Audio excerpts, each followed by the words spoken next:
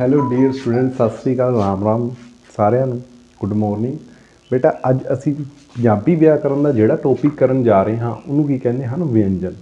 ਬੇਟਾ ਵਿਅੰਜਨ ਹਨ ਜੋ ਪੰਜਾਬੀ ਵਰਨਮਾਲਾ ਦੇ ਵਿੱਚ, ਅਗਰ ਅਸੀਂ ਪ੍ਰਾਚੀਨ ਪੰਜਾਬੀ ਦੇ 35 ਅੱਖਰੀ ਦੇ ਅਕੋਰਡਿੰਗ ਦੱਸੀਏ ਤਾਂ ਸੱਸੇ ਤੋਂ ਲੈ ਕੇ ਦਾੜੇ ਤੱਕ 32 ਵਿਅੰਜਨ ਹਨ, 32 ਵਿਅੰਜਨ ਹਨ। ਪਰ ਆਧੁਨਿਕ ਪੰਜਾਬੀ ਦੀ ਗੱਲ ਕਰੀਏ ਅਗਰ ਅਸੀਂ, ਤਾਂ ਜੋ ਵਿਅੰਜਨਾਂ ਦੀ ਗਿਣਤੀ ਹੈ ਬੇਟਾ ਉਹ 38 ਹੋ ਚੁੱਕੀ ਹੈ।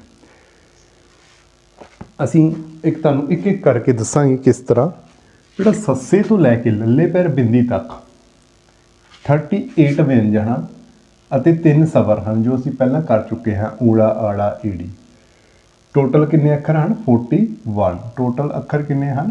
41 ਵਿਦ ਸਵਰ ਹੈ ਅਤੇ ਵਿਅੰਜਨ। ਪਰ ਵਿਅੰਜਨ ਕਿੰਨੇ ਹਨ ਸੱਸੇ ਤੋਂ ਲੱਲੇ ਪੈਰ ਬਿੰਦੀ ਤੱਕ? 38।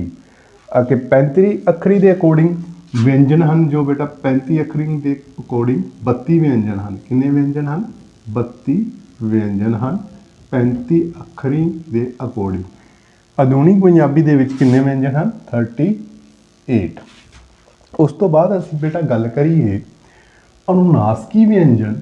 ਬੇਟਾ ਅਨੁਨਾਸਕੀ ਵਿਅੰਜਨ ਹਨ 5। ਆਈਆਂ, ਨਈਆਂ, ਨਾਣਾ, ਨੰਨਾ ਅਤੇ ਮੰਮਾ।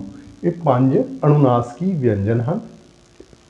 ਉਸ ਤੋਂ ਬਾਅਦ ਬੇਟਾ ਸਰਕਮੇ ਵਿਅੰਜਨ, ਜੋ ਸਰਕਮੇ ਵਿਅੰਜਨ ਕਹਿ ਲਓ ਚਾਹੇ ਅਰਧ ਸਵਰ ਕਹਿ ਲਓ, ਇਹਨਾਂ ਨੂੰ ਤੁਸੀਂ ਅਰਧ ਵਿਅੰਜਨ, ਅਰਧ ਸਵਰ, ਸਰਕਮੇ ਵਿਅੰਜਨ ਵੀ ਕਹਿ ਸਕਦੇ ਹੋ।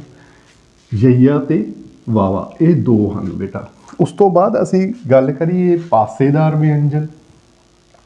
ਬੇਟਾ ਜੋ ਪਾਸੇ ਵਿਅੰਜਨ ਹਨ ਲੱਲਾ ਅਤੇ ਲੱਲੇ ਪੈਰ ਬਿੰਦੀ, ਇਹ ਵੀ 2 ਹਨ ਬੇਟਾ। ਜੋ ਲੱਲਾ ਵਿਅੰਜਨ ਹੈ ਇਹਨੂੰ ਪਾਰਸ਼ਵਿਕ ਵਿਅੰਜਨ ਵੀ ਕਿਹਾ ਜਾਂਦਾ ਹੈ। ਇੱਥੇ ਅਸੀਂ ਲਿਖਿਆ ਹੋਇਆ ਇਸ ਨੂੰ ਸਪੈਸ਼ਲ, ਪਾਰਸ਼ਵਿਕ ਵਿਅੰਜਨ। ਉਸ ਤੋਂ ਬਾਅਦ ਬੇਟਾ ਆ ਜਾਂਦਾ ਕੰਬਵਾਂ ਵਿਅੰਜਨ। ਕੰਬਵਾਂ ਵਿਅੰਜਨ ਕਿਹੜਾ ਵਿਅੰਜਨ ਹੈ? ਰਾਰਾ। ਰਾਰਾ ਕੀ ਹੈ ਸਾਡਾ? ਕੰਬਵਾਂ ਵਿਅੰਜਨ। ਪ੍ਰਸ਼ਨ ਵਿੱਚ ਆਏਗਾ ਪੰਜਾਬੀ ਦਾ ਕੰਬਵਾਂ ਵਿਅੰਜਨ ਕਿਹੜਾ ਹੈ, ਤਾਂ ਤੁਸੀਂ ਇੱਥੇ ਟਿਕ ਕਰਨਾ ਹੈ ਰਾਰਾ। ਉਸ ਤੋਂ ਬਾਅਦ ਖੈਵੇਂ ਵਿਅੰਜਨ, ਜੋ ਖੈ ਕੇ ਆਵਾਜ਼ ਵਿੱਚ ਇੱਕ ਸਰਕਰਾਹਟ ਜੀ ਪੈਦਾ ਹੁੰਦੀ ਹੈ, ਉਹ ਕਿਹੜੇ ਵਿਅੰਜਨ? ਸ਼, ਸ, ਹ। ਬੇਟਾ ਜੋ ਹਾਹਾ ਵਿਅੰਜਨ ਹੈ ਇਹਨੂੰ ਸੁਰ ਯੰਤਰੀ ਵੀ ਕਿਹਾ ਜਾਂਦਾ ਹੈ ਕਿਉਂਕਿ ਇਹ ਸੁਰ ਵਿੱਚ ਚੇਂਜ ਹੋ ਜਾਂਦਾ ਹੈ। ਜਿਸ ਤਰ੍ਹਾਂ ਅਸੀਂ ਬੋਲਦੇ ਹਾਂ ਚਾਹ, ਹਾ ਦਾ ਸਾਊਂਡ ਹੈ ਜੋ ਉਹ ਸੁਰ ਦੇ ਵਿੱਚ ਕਨਵਰਟ ਹੋ ਜਾਂਦਾ ਹੈ। ਜਿਸ ਤਰ੍ਹਾਂ ਰਾਹ, ਰਾਹ ਮੇਨ ਆਵਾਜ਼ ਇਸ ਸੁਰ ਦੇ ਵਿੱਚ ਕਨਵਰਟ ਹੋ ਜਾਂਦਾ ਹੈ, ਇਸ ਲਈ ਇਸ ਨੂੰ ਸੁਰ ਯੰਤਰੀ ਵੀ ਕਿਹਾ ਜਾਂਦਾ ਹੈ। ਉਸ ਤੋਂ ਬਾਅਦ ਹੈ ਬੇਟਾ ਫਟਕਵਾਂ ਵਿਅੰਜਨ। ਫਟਕਵਾਂ ਵਿਅੰਜਨ ਕਿਹੜਾ ਹੈ? ਜੋ ਇੱਕੋ ਦਮ ਬਾਹਰ ਨਿਕਲਦਾ, ਫਰਾਟੇ ਦੁਆਰਾ ਬਾਹਰ ਨਿਕਲਦਾ ਹੈ, ਉਹ ਹੈ ਰਾੜਾ। ਰਾੜਾ ਕਿਹੜਾ ਵਿਅੰਜਨ ਹੈ? ਫਟਕਵਾਂ ਵਿਅੰਜਨ। ਉਸ ਤੋਂ ਬਾਅਦ ਬੇਟਾ ਕੁਝ ਸ਼ਬਦ ਹਨ, ਜਿਸ ਤਰ੍ਹਾਂ ਅੱਖਰ ਹਨ ਜਿਹੜੇ ਵਿਅੰਜਨ ਹਨ ਅੰਗਾਂ, ਜੰਝਾਂ, ਨਾਣਾ ਅਤੇ ਰਾੜਾ। ਇਹ ਕਦੀ ਵੀ ਕਿਸੇ ਵੀ ਸ਼ਬਦ ਦੇ ਵਿੱਚ ਸਟਾਰਟਿੰਗ ਦੇ ਵਿੱਚ ਕਦੀ ਵੀ ਨਹੀਂ ਆਉਂਦੇ। ਇਸ ਕਦੀ ਵੀ 4 ਅੱਖਰ ਸਟਾਰਟਿੰਗ ਦੇ ਵਿੱਚ ਕਦੀ ਵੀ ਨਹੀਂ ਹੋਣਗੇ ਸ਼ਬਦ ਦੇ, ਜਾਂ ਤਾਂ ਮੱਧ ਦੇ ਵਿੱਚ ਹੋਣਗੇ ਜਾਂ ਇਹ ਆਖਿਰ ਦੇ ਵਿੱਚ ਹੋਣਗੇ, ਲਾਸਟ ਦੇ ਵਿੱਚ ਹੋਣਗੇ। ਠੀਕ ਹੈ। ਅੰਗਾਂ, ਨਈਆਂ, ਆਈਆਂ, ਨਈਆਂ ਵੀ ਬੋਲ ਦਿੰਦੇ ਨੇ, ਅੰਗਾਂ, ਜੰਝਾਂ ਵੀ ਬੋਲ ਦਿੰਦੇ ਨੇ। ਤੁਸੀਂ ਆਈਆਂ, ਨਈਆਂ, ਨਾਣਾ ਅਤੇ ਰਾੜਾ, ਇਹ 4 ਵਿਅੰਜਨ ਹਨ ਜਿਹੜੇ ਕਿਸੇ ਵੀ ਸ਼ਬਦ ਦੇ ਸਟਾਰਟਿੰਗ ਦੇ ਵਿੱਚ ਨਹੀਂ ਆਉਂਦੇ, ਸ਼ੁਰੂ ਦੇ ਵਿੱਚ ਨਹੀਂ ਆਉਂਦੇ। ਹੁਣ ਬੇਟਾ ਅਸੀਂ ਇਹਨਾਂ ਦੀ ਕੁਝ ਹੋਰ ਜੋ ਕਿਸਮਾਂ ਹਨ ਉਹਨਾਂ ਬਾਰੇ ਪੜ੍ਹਾਂਗੇ 1 ਬਾਏ 1। ਕੀ ਹੈ? ਇਸ ਵਿੱਚ ਵਿਅੰਜਨ ਉਹ ਧੁਨੀਆਂ ਹਨ ਜਿਨ੍ਹਾਂ ਦੇ ਉਚਾਰਨ ਸਮੇਂ ਫੇਫੜਿਆਂ ਵਿੱਚੋਂ ਨਿਕਲੀ ਪੌਣ ਧਾਰਾ ਨੂੰ ਕਿਸੇ ਨਾ ਕਿਸੇ ਉਚਾਰਨ ਸਥਾਨ 'ਤੇ ਰੋਕ ਪਾ ਕੇ ਉਚਾਰਿਆ ਜਾਵੇ। ਠੀਕ ਹੈ, ਉਹਨਾਂ ਨੂੰ ਕੀ ਕਹਿੰਦੇ ਹਨ? ਵਿਅੰਜਨ ਕਹਿੰਦੇ ਹਨ। ਬੇਟਾ ਵਿਅੰਜਨ ਪੰਜਾਬੀ ਵਿੱਚ ਸੱਸੇ ਤੋਂ ਲੈ ਕੇ ਰਾੜੇ ਤੱਕ ਵਿਅੰਜਨ ਧੁਨੀਆਂ ਹਨ ਜਿਨ੍ਹਾਂ ਦੀ ਗਿਣਤੀ ਤੁਹਾਨੂੰ ਦੱਸਿਆ ਸੀ 38 ਹੈ। 38 ਵਿਅੰਜਨ ਹਨ। ਸਭ ਤੋਂ ਪਹਿਲਾਂ ਅਸੀਂ ਗੱਲ ਕਰਾਂਗੇ ਉਚਾਰਨ ਸਥਾਨ ਦੇ ਆਧਾਰ 'ਤੇ ਵਿਅੰਜਨ। ਬੇਟਾ ਜੋ ਉਚਾਰਨ ਸਥਾਨ ਦੇ ਆਧਾਰ 'ਤੇ ਵਿਅੰਜਨ ਹਨ, ਸਭ ਤੋਂ ਪਹਿਲਾਂ ਜੋ ਕੈਟਾਗਰੀ ਆਉਂਦੀ ਹੈ ਉਹ ਆਉਂਦੀ ਹੈ ਬੇਟਾ ਕੰਠੀ ਵਿਅੰਜਨ। ਜਿਨ੍ਹਾਂ ਧੁਨੀਆਂ ਦੇ ਉਚਾਰਨ ਸਮੇਂ ਜੀਭ ਦਾ ਪਿਛਲਾ ਹਿੱਸਾ ਕੋਮਲ ਤਾਲੂ ਨਾਲ ਲੱਗੇ ਅਤੇ ਕੰਠ ਵਿੱਚੋਂ ਆਵਾਜ਼ ਨਿਕਲੇ ਤਾਂ ਉਹਨਾਂ ਨੂੰ ਕੰਠੀ ਵਿਅੰਜਨ ਆਖਦੇ ਹਨ। ਕ ਤੋਂ ਕੰਠੀ ਅਤੇ ਕੱਕੇ ਤੋਂ ਸ਼ੁਰੂ ਹੁੰਦੇ ਹਨ। ਕੰਠੀ ਵਿਅੰਜਨ ਹੀ ਕੱਕੇ ਤੋਂ ਸ਼ੁਰੂ ਹੁੰਦੇ ਹਨ, ਜਿਸ ਵਿੱਚ ਕੱਕਾ, ਖੱਖਾ, ਗੱਗਾ, ਘੱਗਾ ਅਤੇ ਅਈਆਂ ਇਹ ਕਿਹੜੇ ਵਿਅੰਜਨ ਹਨ? ਕੰਠੀ ਵਿਅੰਜਨ ਹਨ। ਉਸ ਤੋਂ ਬਾਅਦ ਜਿਹੜੀ ਕੈਟਾਗਰੀ ਆਉਂਦੀ ਹੈ ਬੇਟਾ, ਉਹ ਆਉਂਦੀ ਹੈ ਤਾਲਵੀ ਵਿਅੰਜਨ। ਜਿਨ੍ਹਾਂ ਧੁਨੀਆਂ ਦੇ ਉਚਾਰਨ ਵੇਲੇ ਜੀਭ ਦਾ ਅਗਲਾ ਹਿੱਸਾ ਕੋਮਲ ਤਾਲੂ ਨਾਲ ਛੂਹੇ ਉਹਨਾਂ ਨੂੰ ਤਾਲਵੀ ਵਿਅੰਜਨ ਆਖਦੇ ਹਨ। ਚੱਚਾ ਵਰਗ ਵਿਚਲੇ ਸਾਰੇ ਵਰਨ ਕਿਹੜੇ ਹਨ? ਉਹ ਤਾਲਵੀ ਵਿਅੰਜਨ ਹਨ। ਕਿਹੜੇ ਕਿਹੜੇ ਹਨ? ਚੱਚਾ, ਛੱਛਾ, ਜੱਜਾ, ਝੱਜਾ, ਨਈਆਂ। ਉਸ ਤੋਂ ਬਾਅਦ ਜਿਹੜੀ ਕੈਟਾਗਰੀ ਆਉਂਦੀ ਹੈ ਬੇਟਾ, ਉਹ ਆਉਂਦੀ ਹੈ ਉਲਟ ਜੀਵੀ ਵਿਅੰਜਨ। ਜਿਨ੍ਹਾਂ ਧੁਨੀਆਂ ਦੇ ਉਚਾਰਨ ਵੇਲੇ ਜੀਭ ਦਾ ਅਗਲਾ ਨੋਕ ਵਾਲਾ ਹਿੱਸਾ ਉਲਟਾ ਹੋ ਕੇ ਕੋਮਲ ਤਾਲੂ ਨਾਲ ਛੂਹੇ, ਉਲਟਾ ਹੋ ਕੇ ਕੋਮਲ ਤਾਲੂ ਨਾਲ ਛੂਹੇ ਉਹਨਾਂ ਨੂੰ ਉਲਟ ਜੀਵੀ ਵਿਅੰਜਨ ਕਹਿੰਦੇ ਹਨ। ਉਹ ਕਿਹੜੇ ਕਿਹੜੇ ਹਨ ਬੇਟਾ? ਟੈਂਕਾ ਵਰਗ ਦੇ, ਟੈ ਵਰਗ ਦੇ ਵਿਅੰਜਨ ਟੈਂਕਾ, ਠੱਠਾ, ਡੱਡਾ, ਢੱਡਾ, ਨਾਣਾ, ਇਹ ਸਾਰੇ ਕਿਹੜੇ ਵਿਅੰਜਨ ਹਨ? ਉਲਟ ਜੀਵੀ ਵਿਅੰਜਨ। ਹੁਣ ਅਸੀਂ ਗੱਲ ਕਰਾਂਗੇ ਬੇਟਾ ਦੰਤੀ ਵਿਅੰਜਨ ਦੀ। ਜਿਨ੍ਹਾਂ ਧੁਨੀਆਂ ਦੇ ਉਚਾਰਨ ਵੇਲੇ ਜੀਭ ਦਾ ਅਗਲਾ ਹਿੱਸਾ ਦੰਦਾਂ ਨਾਲ ਜੁੜ ਕੇ ਬੋਲਿਆ ਜਾਵੇ ਦੰਤੀ ਵਿਅੰਜਨ ਅਖਵਾਉਂਦੇ ਹਨ। ਇਹ ਬੇਟਾ ਕਿਹੜੇ ਕਿਹੜੇ ਹਨ?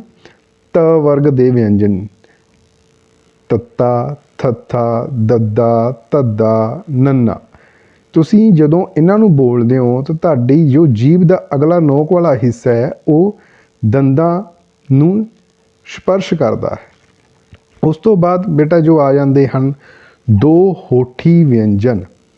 ਜਿਹੜੇ ਦੋ ਹੋਠੀ ਵਿਅੰਜਨ ਹਨ, ਇਸ ਵਿੱਚ ਬੁੱਲ ਆਪਸ ਦੇ ਵਿੱਚ ਮੀਟੇ ਜਾਂਦੇ ਹਨ। ਇਹਨਾਂ ਦਾ ਉਚਾਰਨ ਜਦੋਂ ਅਸੀਂ ਕਰਦੇ ਹਾਂ, ਜਿਨ੍ਹਾਂ ਦਾ ਧੁਨੀਆਂ ਦੇ ਉਚਾਰਨ ਸਮੇਂ ਦੋਵੇਂ ਬੁੱਲ ਮੀਟੇ ਜਾਣ, ਉਹ ਦੋ ਹੋਠੀ ਵਿਅੰਜਨ ਹਨ। ਪੱਪਾ ਵਰਗ ਦੇ ਸਾਰੇ ਵਿਅੰਜਨ ਆ ਜਾਣਗੇ ਪੱਪਾ, ਫੱਫਾ, ਬੱਬਾ, ਭੱਬਾ ਅਤੇ ਮੰਮਾ।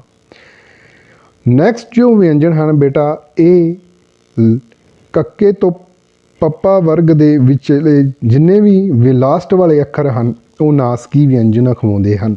ਜਿਨ੍ਹਾਂ ਧੁਨੀਆਂ ਨੂੰ ਉਚਾਰਨ ਵੇਲੇ ਆਵਾਜ਼ ਨੱਕ ਰਾਹੀਂ ਹੋ ਕੇ ਨਿਕਲੇ ਉਹ ਨਾਸਕੀ ਵਿਅੰਜਨ ਅਖਵਾਉਂਦੇ ਹਨ। ਇਹਨਾਂ ਬਾਰੇ ਤੁਹਾਨੂੰ ਅਸੀਂ ਪਹਿਲਾਂ ਵੀ ਜਾਣਕਾਰੀ ਦਿੱਤੀ ਹੈ। ਅਈਆਂ, ਨਈਆਂ, ਨਾਣਾ, ਨੰਨਾ ਅਤੇ ਮੰਮਾ ਇਹ ਕਿਹੜੇ ਵਿਅੰਜਨ ਹਨ? ਨਾਸਕੀ ਵਿਅੰਜਨ, ਜਾਂ ਇਹਨਾਂ ਨੂੰ ਤੁਸੀਂ ਅਨੁਨਾਸਕੀ ਵਿਅੰਜਨ ਵੀ ਕਹਿ ਸਕਦੇ ਹੋ। ਬੇਟਾ ਇਹ ਸੀ ਸਾਡੇ ਉਚਾਰਨ ਸਥਾਨ ਦੇ ਆਧਾਰ 'ਤੇ ਦਿੱਤੇ ਗਏ ਵਿਅੰਜਨ। ਹੁਣ ਅਸੀਂ ਸਾਹ ਦੇ ਆਧਾਰ 'ਤੇ ਦਿੱਤੇ ਗਏ ਵਿਅੰਜਨ ਹਨ। ਸਾਹ ਦੇ ਆਧਾਰ 'ਤੇ ਵਿਅੰਜਨਾਂ ਦੀ ਵੰਡ ਦਿੱਤੀ ਗਈ ਹੈ। ਇਸ ਦੇ ਵਿੱਚ ਕਿਹੜੇ ਹਨ? ਅਲਪ ਪ੍ਰਾਣ ਵਿਅੰਜਨ। ਜਿਨ੍ਹਾਂ ਵਿਅੰਜਨਾਂ ਦੇ ਉਚਾਰਨ ਵਿੱਚ ਥੋੜ੍ਹੀ ਮਾਤਰਾ ਵਿੱਚ ਸਾਹ ਬਾਹਰ ਨਿਕਲੇ ਉਹ ਅਲਪ ਪ੍ਰਾਣ ਵਿਅੰਜਨ ਹੁੰਦੇ ਹਨ। ਇਸ ਵਰਗ ਵਿਚਲੇ ਪਹਿਲੇ ਅਤੇ ਤੀਜੇ ਵਰਨ ਆਉਂਦੇ ਹਨ। ਪਹਿਲਾ ਅਤੇ ਤੀਜਾ ਵਰਨ ਅਲਪ ਪ੍ਰਾਣ ਵਿਅੰਜਨ ਵਿੱਚ ਆਉਂਦਾ ਹੈ। ਕੱਕਾ, ਚੱਚਾ, ਟੈਂਕਾ, ਤੱਤਾ, ਪੱਪਾ ਇਹ ਕੱਕੇ ਵਰਗ ਤੋਂ ਲੈ ਕੇ ਪੱਪੇ ਵਰਗ ਤੱਕ ਦੇ ਪਹਿਲੇ ਅੱਖਰ ਲਏ ਗਏ ਹਨ। ਉਸ ਤੋਂ ਬਾਅਦ ਤੀਜੇ ਵਰਨ ਹਨ ਗੱਗਾ, ਜੱਜਾ, ਡੱਡਾ, ਦੱਦਾ ਅਤੇ ਬੱਬਾ। ਇਸੇ ਤਰ੍ਹਾਂ ਜੋ ਨੈਕਸਟ ਕੈਟਾਗਰੀ ਹੈ ਮਹਾਂਪ੍ਰਾਣ ਵਿਅੰਜਨ, ਜਿਨ੍ਹਾਂ ਨੂੰ ਨਾਂਦੀ ਵਿਅੰਜਨ ਵੀ ਕਹਿੰਦੇ ਹਨ। ਜਿਹੜੇ ਵਿਅੰਜਨ ਦੇ ਉਚਾਰਨ ਸਮੇਂ ਸਾਹ ਜ਼ਿਆਦਾ ਮਾਤਰਾ ਵਿੱਚ ਬਾਹਰ ਨਿਕਲੇ ਉਹ ਮਹਾਂਪ੍ਰਾਣ ਵਿਅੰਜਨ ਅਖਵਾਉਂਦੇ ਹਨ। ਇਹ ਦੂਜੇ ਵਰਨ ਅਤੇ ਚੌਥੇ ਵਰਨ ਹਨ। ਕੱਕੇ ਤੋਂ ਪੱਪੇ ਦੇ ਵਿੱਚ ਜੋ ਕ ਤੋਂ ਪ ਵਰਗ ਹੈ ਉਹਨਾਂ ਦੇ ਵਿਚਲੇ ਕਿਹੜੇ ਵਰਨ ਹਨ? ਦੂਜੇ ਅਤੇ ਚੌਥੇ ਵਰਨ। ਖੱਖਾ, ਛੱਛਾ, ਠੱਠਾ, ਥੱਥਾ, ਫੱਫਾ। ਜਦੋਂ ਬੇਟਾ ਤੁਸੀਂ ਉਚਾਰਨ ਕਰਦੇ ਹੋ ਜੋ ਸਾਹ ਦੀ ਮਾਤਰਾ ਹੈ ਜ਼ਿਆਦਾ ਮਾਤਰਾ ਵਿੱਚ ਉਹ ਬਾਹਰ ਨਿਕਲਦਾ ਹੈ। ਘੱਗਾ, ਝੱਜਾ, ਢੱਡਾ, ਧੱਦਾ, ਪੱਬਾ। ਇਹ ਸੀ ਬੇਟਾ ਸਾਹ ਦੇ ਆਧਾਰ 'ਤੇ ਵਿਅੰਜਨਾਂ ਦੀ। ਬੇਟਾ ਅਗਰ ਤੁਹਾਨੂੰ ਇਹ ਵੀਡੀਓ ਵਧੀਆ ਲੱਗੀ ਇਸ ਨੂੰ ਲਾਈਕ ਸਬਸਕ੍ਰਾਈਬ ਵੀ ਕਰਨਾ